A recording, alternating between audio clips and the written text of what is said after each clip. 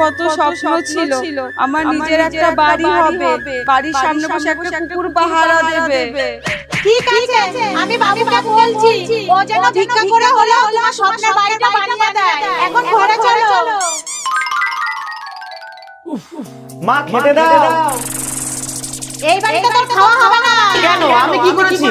এটা ধর, এটার মধ্যে লেখা আছে বৌমা স্বপ্নের বাড়ি কেমন হবে। যদি এরকম বাড়ি বানাতে না পারিস তাহলে এই বাড়িতে আর আসবিও না, খাবিও না। যাও, এতদিন এত বড় বড় স্বপ্ন দেখে এসেছো, এবার পূরণ করে দেখাও।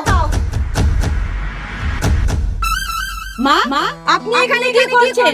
ছেলে আসছে কিনা সেটা দেখছেন? আরে 20 বছরের বাচ্চা ছেলে বাড়ি বানাতে পারবে না। আমি আমার ছেলেকে চিনি, ও 3 মাসের মধ্যে বাড়ি বানিয়ে আসবে। মা মা বাবু তুই এসেছিস? দেখেছো বৌমা, বলেছিলাম না 3 মাসের মাথায় আসবে। এসেছে তো খালি হাতে। বাড়ি কই? তা বাড়ি কি হাতে করে আনবে নাকি? মা, তোমাদের বাড়ি দেখানোর জন্যই তো নিয়ে যেতে এসেছি। শুধু দেখতে যাব না, একবারে গিয়ে ঘুরে সব করে নেব।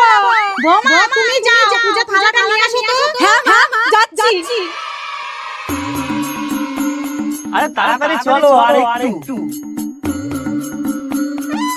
মা ওই দেখো তোমার বৌমার স্বপ্নের বাড়ি। আরে নিচে। এই দেখো আবার কুকুরও আছে বাড়ি পাহারা দেওয়ার জন্য।